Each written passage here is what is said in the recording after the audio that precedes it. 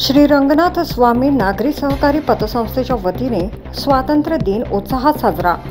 15 August रोजी वणी येथील श्री रंगनाथ स्वामी नागरी सहकारी पतसंस्था मर्यादितच्या मुख्य शाखेत भारताच्या 79व्या स्वातंत्र्य दिनानिमित्त ध्वजारोहण कार्यक्रम उत्साहात पार पडला।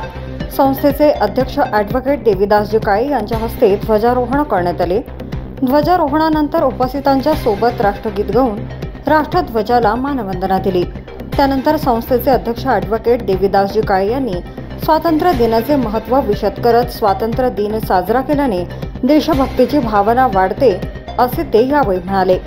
15 ऑगस्टला हा भारताचा स्वातंत्र्य दिन आहे, जो 1947 मध्ये ब्रिटिशांच्या राजवटीतून भारताला स्वातंत्र्य मिळाल्याच्या स्मरणार्थ साजरा केला जात असल्याचे हे विधान आपल्या भाषणात ॲडव्होकेट देवीदासजी काळे यांनी केले।